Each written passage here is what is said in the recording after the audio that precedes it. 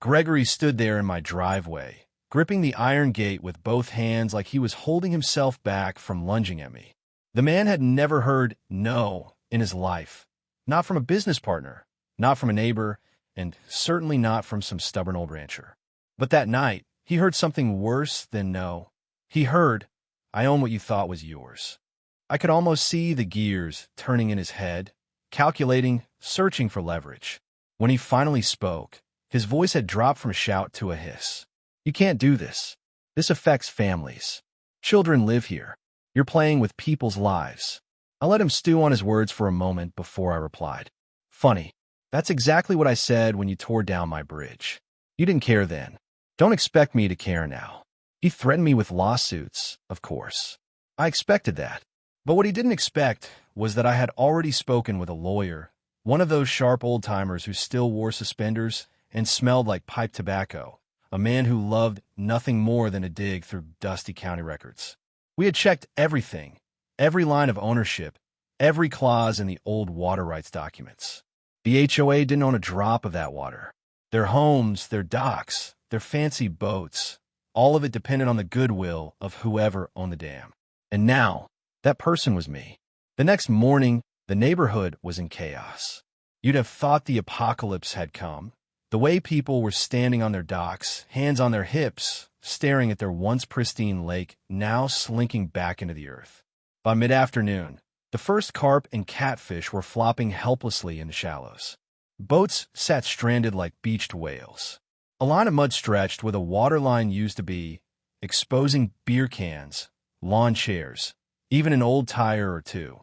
The reality was sinking in, and with it came anger. I couldn't go into town without someone glaring at me. A few of the homeowners tried to corner me at the diner, asking why I was punishing them for something Gregory had done. I told them the truth. The HOA had made this bed. I was just letting them lie in it. Still, I wasn't blind to their fear. These weren't bad people, all of them. Many were just caught up in the promises Gregory had sold them. Waterfront living, property values climbing higher each year, the dream of a retirement home by a lake. They had sunk their life savings into it, believing the water would always be there. And now, because of one man's arrogance, they were watching it slip away. It was my daughter, Hannah, who softened me. She'd come by the house after a shift at the county sheriff's office. She'd inherited her mother's compassion, and while she understood why I'd done what I did, she reminded me that sometimes revenge can sour the soul if you're not careful. "Dad," she said, leaning against the porch rail as the crickets sang, "I know you're hurt, and I know they deserve to be knocked down a peg. But don't forget, there are folks over there who had nothing to do with your bridge. They're collateral damage." Her words lingered with me. I sat awake late that night, listening to the hollow sound of frogs in the shrinking lake bed. It made me think about my father, about the lessons he taught me. He always said that a man has two choices when he's wronged. He can either teach a lesson out of spite, or he can teach a lesson out of principle. One burns fast like dry pine. The other lasts like oak. The next morning, I drove out to the dam. I stood there watching the water trickle out, the current tugging at branches and debris as the lake continued its slow retreat. And I made a decision. I wasn't going to let Gregory win by turning me into a bitter old man. But I also wasn't going to let the HOA think they could keep running roughshod over people. If there was going to be a lesson here, it had to be one worth remembering.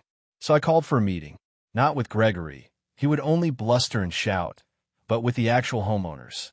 I told them to gather at the community center, and to my surprise, almost everyone showed up. They came armed with suspicion, some even with anger, but also with curiosity. I stood in front of them, holding nothing but a stack of old deeds and water rights documents, and I laid it all out. "This dam," I said, "wasn't built by developers. It wasn't built by your HOA. It was built by men like my grandfather, who cared about this land long before these houses were here. And for decades, it's been held together by folks who respected what it provided. But your HOA decided they had the right to take from me, to destroy something my father built without permission, without respect. So I reminded them, and you, of a truth. This lake exists because someone allows it to exist. That someone is me." Murmurs rippled through the crowd. Some frowned, others nodded slowly. I could see a few of the wives elbowing their husbands, whispering that maybe they ought to hear me out. Gregory sat in the front row, arms crossed, seething like a kettle about to boil. But I continued, I don't want to destroy your homes. I don't want to ruin your lives. I just want respect. I want recognition that this land, my land, matters as much as yours. That my history is worth something too. If your HOA can admit that, if it can learn humility, then maybe we can find a way to live side by side without tearing each other apart. There was silence for a long moment. Then, one man stood up, an older gentleman named Carl, a retired Navy vet who had moved there with his wife 5 years ago. He's right, Carl said, voice rough but steady. Gregory's been running this HOA like a kingdom, and the rest of us have been too scared to speak up. Maybe it's time we listened instead of dictated.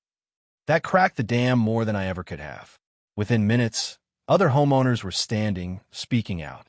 They complained about ridiculous HOA fines, about rules that made no sense, about how Gregory dismissed anyone who disagreed. It was like watching a curtain fall, revealing the cracks that had been there all along. Gregory tried to shout them down, tried to remind them of the investments they'd made and the vision he had for the community. But the tide had turned, and for the first time, he was the one outnumbered. By the end of the meeting, they voted to hold a special election to replace the HOA board. I left that night with a strange mix of satisfaction and sorrow. Satisfaction, because justice had been served in a way I hadn't expected. Sorrow, because my father's bridge was still gone and nothing could bring back the memories tied to it. But maybe, just maybe, something stronger had been built in its place, understanding. Still, the water continued to drain, and by the end of that week, the once glorious lake was little more than a muddy basin. Kids rode their bikes across the cracked bottom. Dogs chased each other in places that used to be 6 feet deep. It was almost comical, if not for the $1 million views turned into $1 million mudflats.